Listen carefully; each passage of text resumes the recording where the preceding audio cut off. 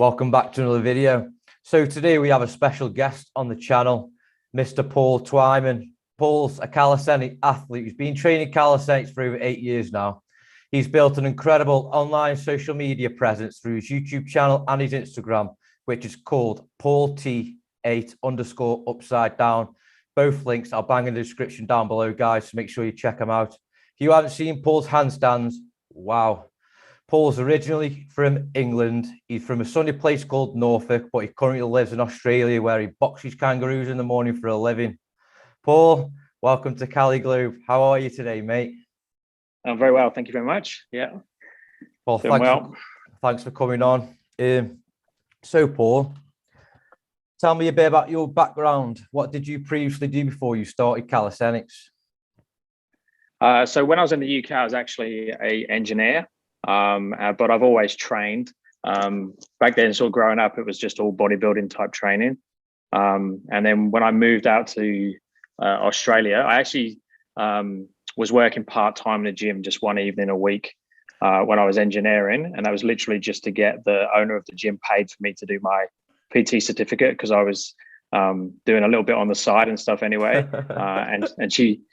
So I was working there one night a week, and she paid me in protein powders and free membership. So that was in the UK. And then when I moved across to Australia with 2 kids we had at the time, my wife gave me the go ahead to do it full time. So I had my qualification from the UK for personal training, and then I actually done another one while I was in Australia as well. And then started in the gyms here, just doing standard personal training, using machines, more bodybuilding type stuff, that everyone was doing. And then I got into corrective exercise. So I studied with Paul and went down that for 2 or 3 years. So I'm actually a Czech practitioner as well. So basically I can assess people and do like postural analysis and that type of thing. And then from that, I opened up my own studio in Australia. So just a private studio doing corrective exercise. But at that same time I opened the studio, I also got into a bit of CrossFit. CrossFit was sort of coming out and being quite big. And that was the first time I sort of played on the rings and got a taste for some of the bodyweight exercises, but just sort of disguised in that CrossFit craziness, which I fell in love with straight away. I loved the idea of that training. So it was quite interesting. I had this private studio that was made for corrective exercise work.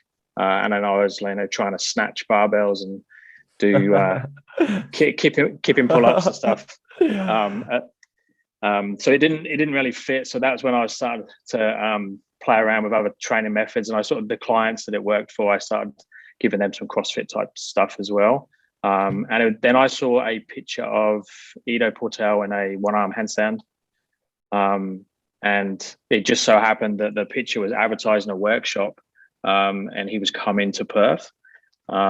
And I signed up for that workshop, and just from seeing that picture, I was like, I want to be able to do that one-arm handstand. So I saw another, and that was like 8 years ago. So it was 2013, and so probably 9 years ago now. So signed up for that workshop, and I also saw a yoga girl on Instagram doing like this 365 practice, like committing to do it in a daily practice. So I was like, okay, if I commit to doing one handstand every day, I'm going to hit this one-arm handstand skill. So can I just come off topic? I've been following you on Instagram, and I've seen you doing a 365 handstand daily. How are you feeling doing that daily, or is it just random clips you're posting every day? Well, it started off with basically I would just do one handstand a day. So I just kick up in the lounge or something, or in the gym as part of my training, and just start to play on my hands a little bit more. I already had like a 15 to 20 second dodgy handstand with my legs bent and arms bent. And if you go right back on my Instagram, you can see some of the early pictures. You post a lot. Because what I done is the handstand 365. The idea was you post every day as your accountability, so just keep going. So that's sort of what kicked it off.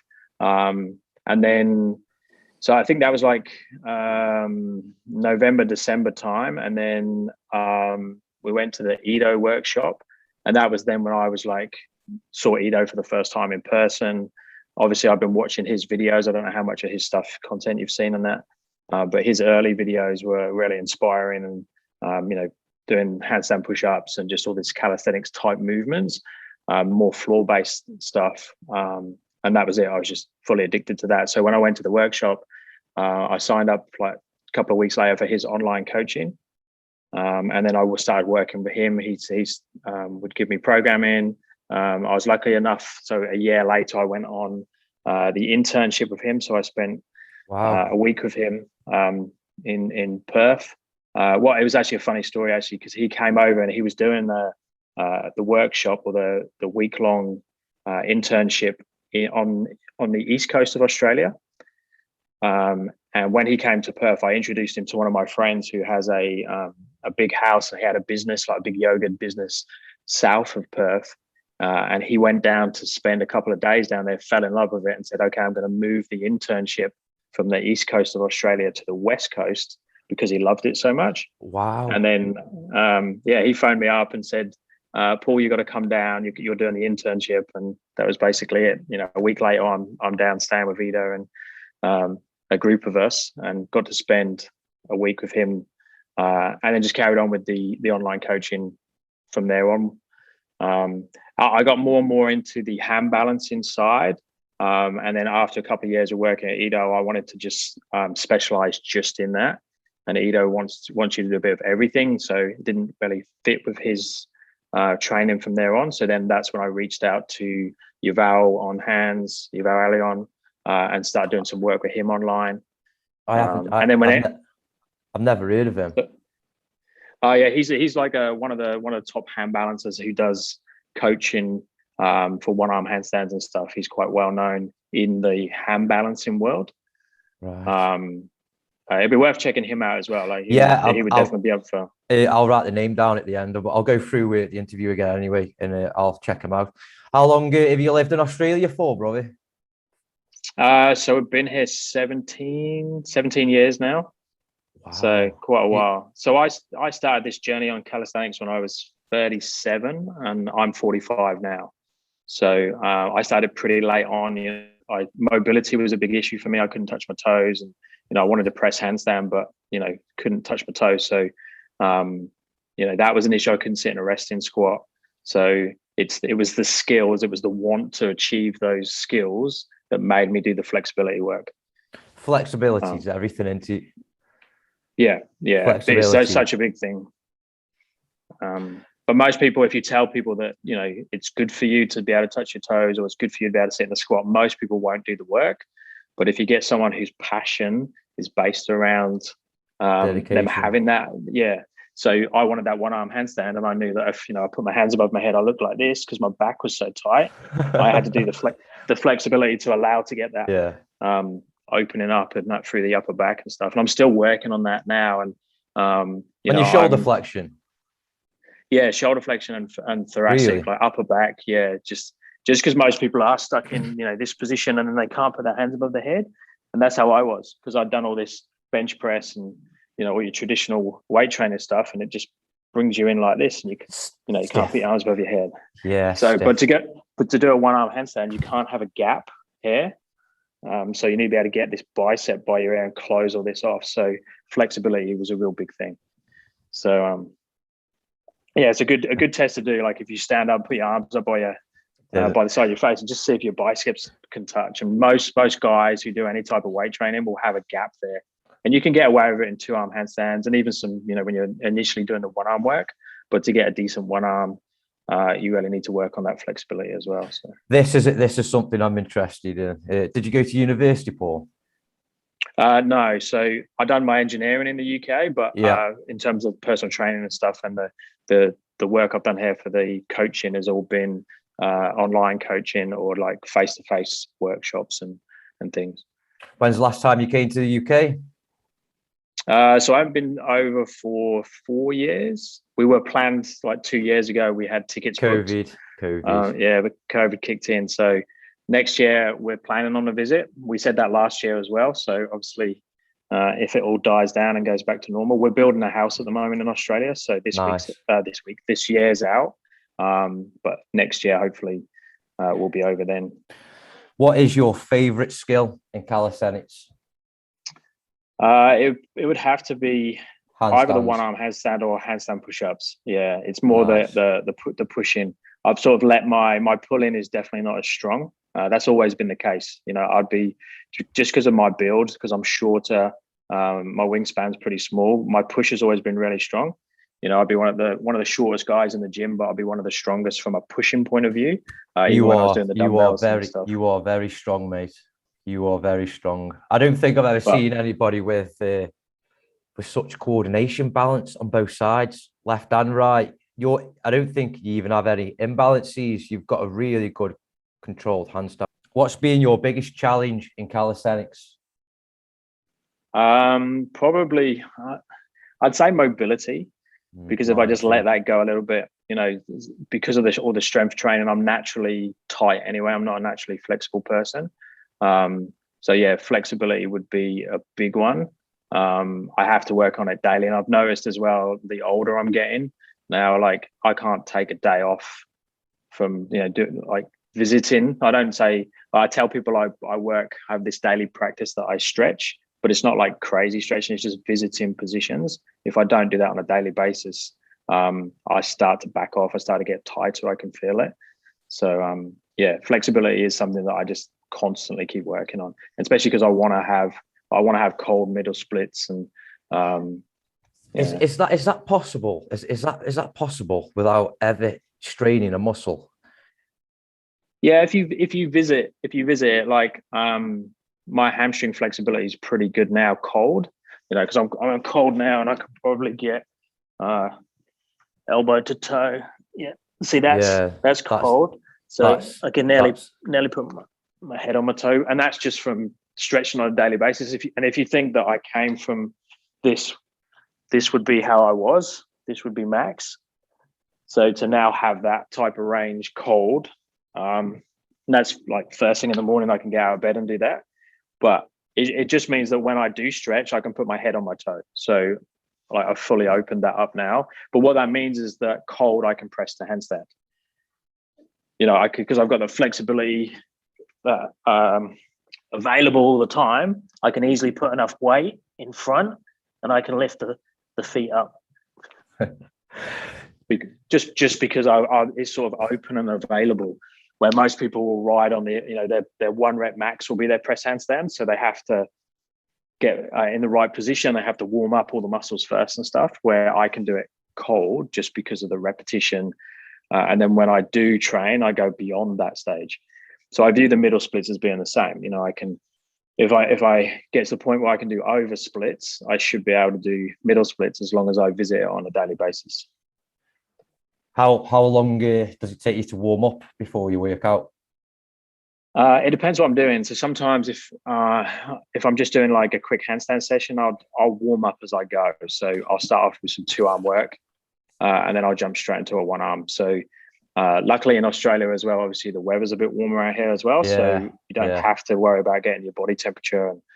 And you know, you're normally pretty. As long as I just do a quick wrist prep, I can normally do you know, 5 minutes and I'm ready to go. Wow, Um, it takes me about 40 minutes to warm, you know, yeah. which is extreme, really. How did you find creating your first YouTube video?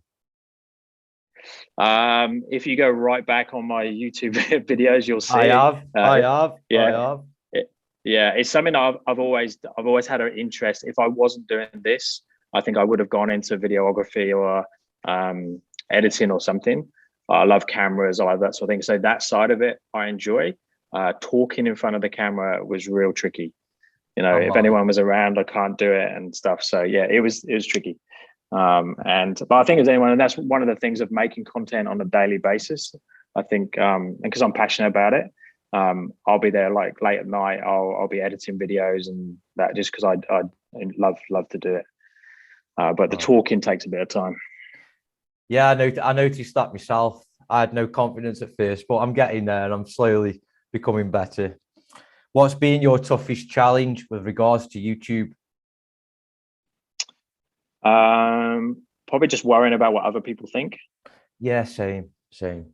being So, judged and being that type of thing. So yeah, the amount of stuff that I delete and don't post because I'm worried about what other people think, I think is a big thing. I'm getting better now. I'd like to think that I don't worry about that at all now, but definitely in the past that was a big thing. Even on Instagram as well, just a little bit careful about what don't want to post any fails or any and a lot of people don't post fails, do they? no. No, it's the shame of calisthenics. Yeah, but I love to post. So what I wish I'd done now is taken more videos and footage of when I was learning skills, Yeah, because I haven't got that much footage of when I started off with the handstands. I've got the good stuff, when I've done this for the first time, I've got this, but I haven't got as many as the bad stuff as I'd like to have, and especially the flexibility as well. So I have to hunt through to find a video clip or something where I look, I'm tight, but I can find loads of my head on my toe. Paul, what's the best tip for consistent content creation, mate? Do something you're passionate about. I think that's the big one. I'm a bit of a gamer. Like I'd play. I've got a VR headset and I've got Xbox and stuff and things. But Xbox, I haven't Xbox or PlayStation. Xbox. Whoa. My boys have both, so they've got a PlayStation and Xbox, but I've got an Xbox S that my wife got me for Christmas. But I haven't really touched those in the last 6 months because I'm enjoying doing the content and doing video editing. I'll sit there at night at 10 o'clock at night doing that over sticking my VR headset on or doing playing Xbox, just because I'm passionate about it. That's what I want to do. So I think that's it. It's just you've got to be passionate. If not, you're not going to do it. Exactly. What's the most difficult part of being a YouTuber? Probably reacting to the numbers. Just like being down when you don't get many views and things. Yeah. Think that what have I done wrong? What's wrong with that? That's good content. How that doesn't compare to this one. I think that's probably the thing, and I'm getting better at it because it was the same with Instagram. Sort of died. Instagram was doing really, really well, and I was getting hundreds of new followers on a weekly basis, and then recently it's just died completely. And I know it's not because I haven't changed what I'm doing. And you can see it across the board on lots of people's. So I think YouTube's the same. It's just you just got to keep being you and just not react to the numbers and things. But it's hard not to. What are the most helpful resources that have helped you along your journey? Probably YouTube itself. Yeah, definitely. It's always my go-to, and I struggle to find. I always feel like I need to find more people to follow that I really gel with, because I tend to watch the same stuff all the time. So YouTube would be my go-to for most things now. You can learn anything off YouTube, can't you, nowadays? Anything except anything. You can learn anything except for becoming a doctor. So don't get any ideas if you're watching this now, because it'll take you too long. What advice would you give to someone starting a YouTube channel? Just stick with it and use it and just start today, because you'll always think it's not good enough and not post it. And the amount of people that just don't post anything. Just start today. I think that's the biggest thing. Definitely. Health and lifestyle. How do you balance a work life, training calisthenics, and being a YouTuber and being a dad? Probably I just combined them all.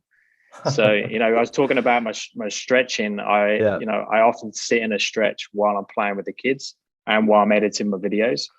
So there's a merge between it, and obviously most of the content that I put out is about my passion, which is the calisthenics type of training. So and combine that, and then most of the play when I take the kids. Like I was with my daughter this morning, we were messing around doing flags down at the park this morning.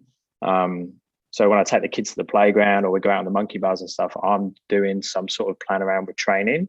How old are you? Hidden in the play. How old are your girls? So I've got 6 kids in total. So we had two in the UK before we came out, and then my younger 4. So they're the ones that I'm mainly spending time with on a training point of view, or playing with and like have to look after type thing. We've got a 12-year-old and 11-year-old boys, and then Elodie is 6 and George is 3 years old. Nice. Nice.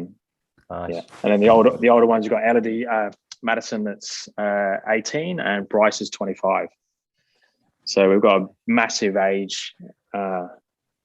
Is your eldest not interested in calisthenics?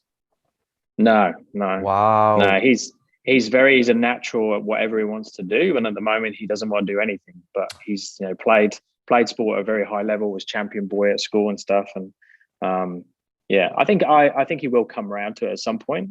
He has done a handstand 365 once, and learned to handstand pretty quick. But most of my kids learn, like Maddie, the 18-year-old, she was a high-level gymnast, and yeah. So, and the younger ones are all sort of flip around on the trampoline and do handstands and flip across the monkey bars and things. So, what's been your biggest injury and how did you overcome it? I still have my left shoulder still plays me up now, and I really don't. I'm someone who just doesn't go and get things checked. So like I never go to a physio or anything. So I was when I literally couldn't put my hands above my head. I went to adult gymnastics with my daughter and was trying to do backflips or back handsprings, and kept like hitting my left shoulder, and it just didn't feel right, and that sort of played me up for. It still messes me up, plays me up a little bit now. It's like if I feel discomfort or inflammation in the body, it always goes into this left shoulder, and that's one of the reasons my right one-arm handstand is much stronger than my left. Like my right is my show-off side because I know I can always do it. My left side needs a little bit more warm-up and is well behind. It took two years longer to get a 10-second plus one-arm handstand on my left. So it took me 18 months to get it on my right, to get a 10-second one arm, and another 2 years to get it on my left. So that would be the only thing I've really had. People don't realize how long it takes to get the one-handed handstand, do they? No, not to get it, because you think you're making quick, especially if you're okay on your hands already. You think you're very close to it. You'll go one hand, one finger, and you'll think, oh, I'm nearly there. But that could be another 12 months. You're thinking you're nearly there, but it's another 12 months, and that's daily practice. I don't really want to ask too many questions on this topic because I've got a few questions coming with regards to this topic. But when you were focusing on training the one-handed handstand, did you lose any skills? Did you lose any pressing strength? No, not really, because I've been very strict with the strength work as well. Okay. So I'll be doing handstand push-ups and press and skin the cat type of movements all the time. Yeah. When are you most productive, my friend? That's an interesting one. So that's around the kids normally. Yeah. So can you hear those notifications I've got coming in? No, I can't see them either, so don't worry. Okay, that's all right. Someone's because I do a lot of online coaching, so people are sending me loads of videos and they're just like coming in now. What do you do for self-care? How do you relax? Train. No, I mean quality, because of the kids and stuff. Me and my wife just have our time when they go to bed. So that like 8-9 o'clock time, we probably don't get enough sleep because a lot of the time I'm up training clients or classes at 6 a.m. in the morning. So I should be going to bed at like 10 p.m. latest, but because it's the quality time that I have them with my wife, when the kids are in bed, I stay up till 11, sometimes later. That's my time. That's my quality time. What's your nutrition like, and do you track what you eat? I'd say it's pretty good. I've just found recently that I can't get away with stuff like I used to. I reckon I eat better now than I did in my 20s, but now I'm in my 40s. I just feel it. I get bloated. I feel like I'm putting on weight. Like I'd like to lose 5-10 kilos, probably 5 kilos, because it would make stuff so much easier. But unless I go real strict, I'm gonna struggle. So I've tried keto, and it's probably 70% good. The other 30% we won't talk about.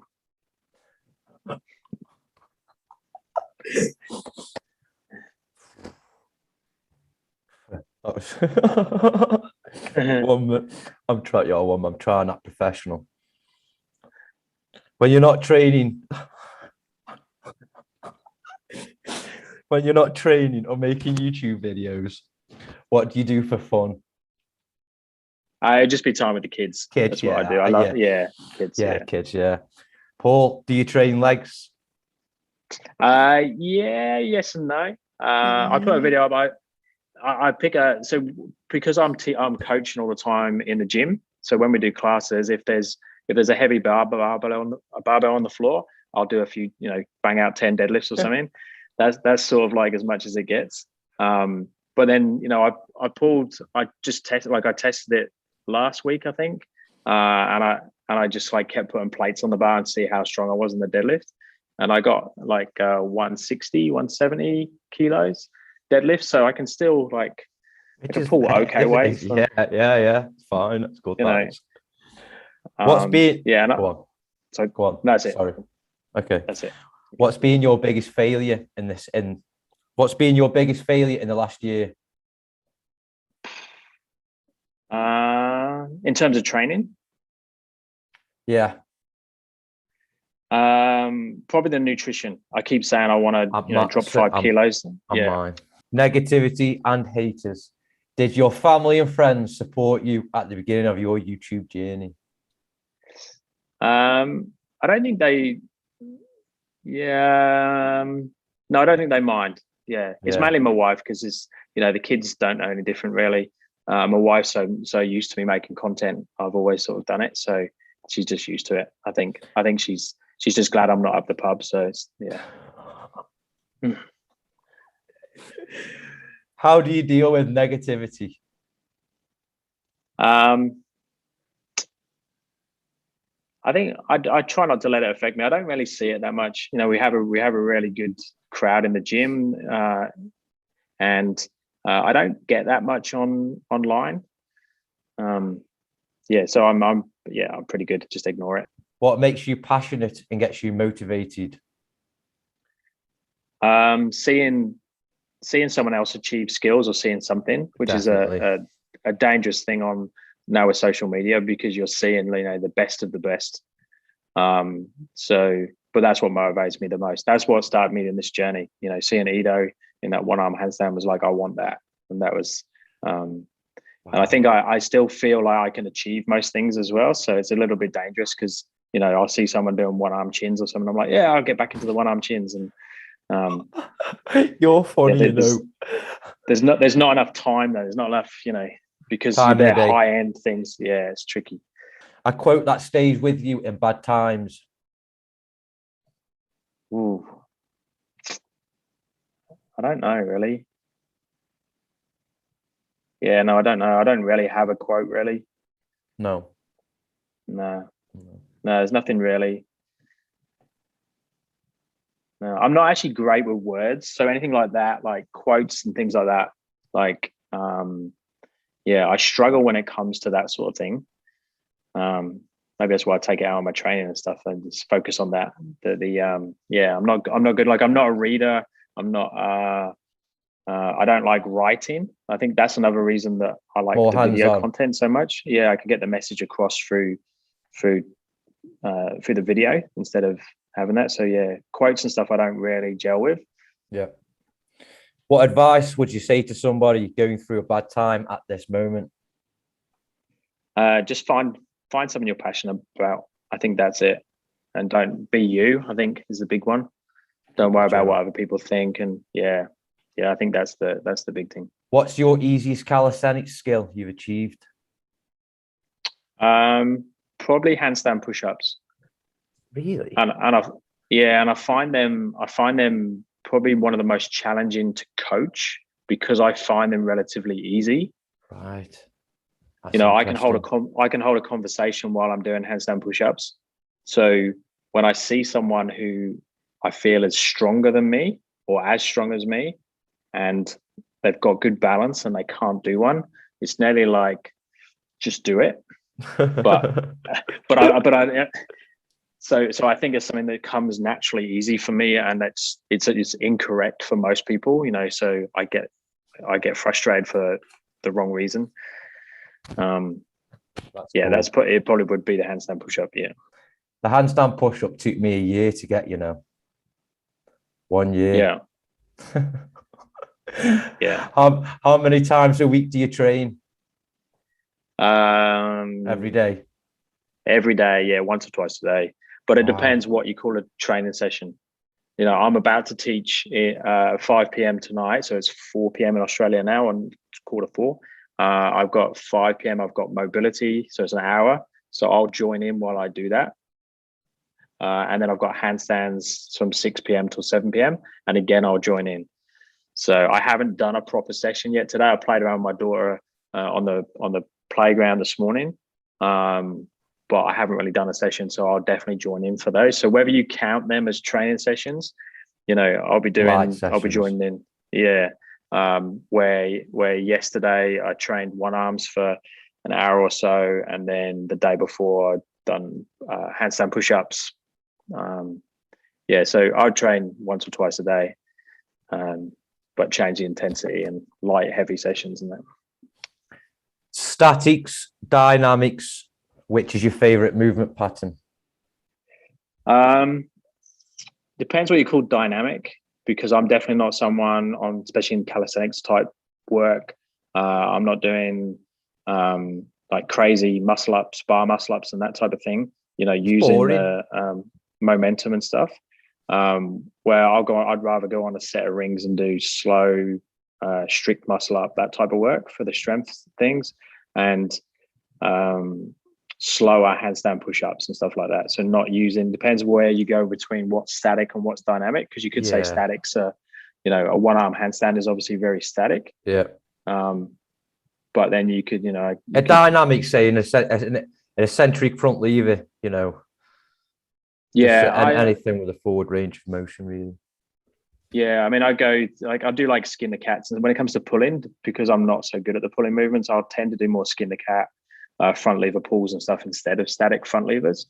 But I've been trying to get my full planche, so the static work has been a little bit higher on the planche stuff, and then I've just been doing more front lever statics as well, just because I haven't really trained those.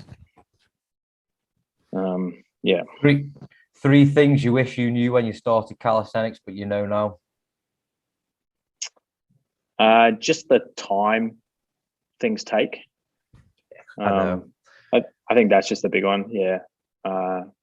Takes a long time.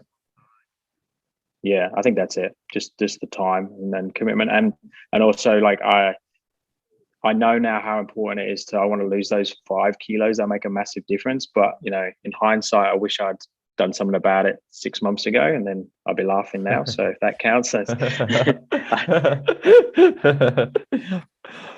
Do you track your progression in a journal? Do you write everything down at the end of the week? No, like I say, I don't, because I don't enjoy the writing. I know, but yeah. That's what I use my Instagram for.